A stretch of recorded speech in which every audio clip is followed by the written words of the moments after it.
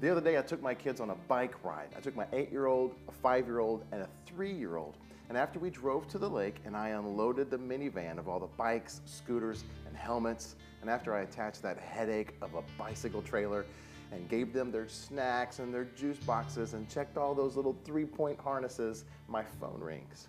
And it's my wife, and she's calling to tell me that there's a storm on its way. Now, we live west of this lake, and so if a storm hits our house, my wife knows that it's going to hit us next. And so she calls and says, I want you to know there's a storm coming, and it comes really quick. You might not even see it coming, but when it hits, it's hard. There's lightning, there's thunder, there's rain, there's wind, and if you get stuck in it, it's really gonna scare the kids. But the good news is it comes fast, but it also goes fast, so you might wanna wait it out.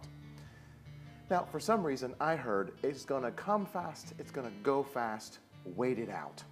Did I hear her say that it was going to be scary? Yes, I did. Did I hear her say we didn't want to get our kids stuck in it? Yes, I did. But for some reason, I was thinking it's going to come fast, it's going to go fast, so we can wait it out. So I look across the lake and I see that there is a pavilion on the other side of the lake, and I decide we're going to ride our bikes around the lake, get to that pavilion, and wait it out. So we rode our bikes to the other side and made it to that pavilion with plenty of time to spare. Still no storm. And I say, hey kids, let's stop here and eat our snacks and watch this storm roll in. Now, I really don't understand this, but I'm noting now that even then, I was purposely going to put my kids through this storm. Now, just as the barometric pressure begins to change, I'm thinking it's a good time for a lesson on science. I'm going to use this as a teachable moment.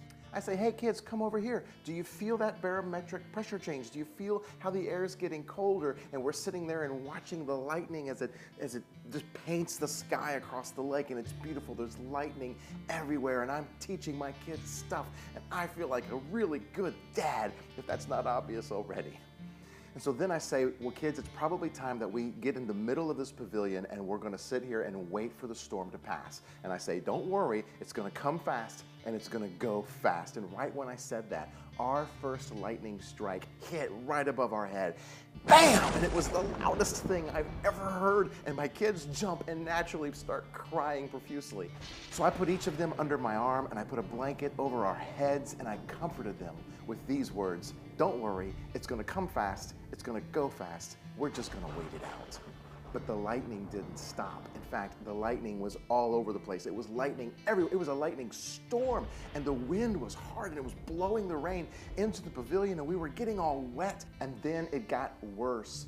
Golf ball-sized hail started pounding that pavilion, and that tin roof was so loud, and that hail is bouncing all over our feet, and I'm starting to worry. What did I get us into? Well, 30 minutes later, and I'm not exaggerating, 30 minutes later, it's still raining lightning above us and rain and hail. And my son, my 5-year-old son, looks up at me and says, Daddy, are we going to die? And in my head, I was thinking, I hope not. But of course, out loud, I said, no, it's almost over. It's gonna go fast, trust me. And then something interesting happened. Now, you may not think it's interesting, but I think it's interesting. At that point, my 8-year-old son looks at me. He's all wet and cold, sobbing. He's still got his little bike helmet on his head. And he says, Daddy, I think we should pray. And I said, well, that's a good idea.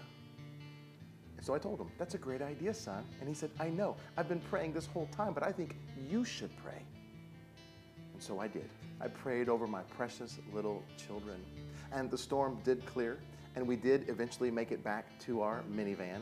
And in the end, it turned out to be an awesome adventure that the kids were talking about all the way home. And I'm confident it's a day they'll never forget.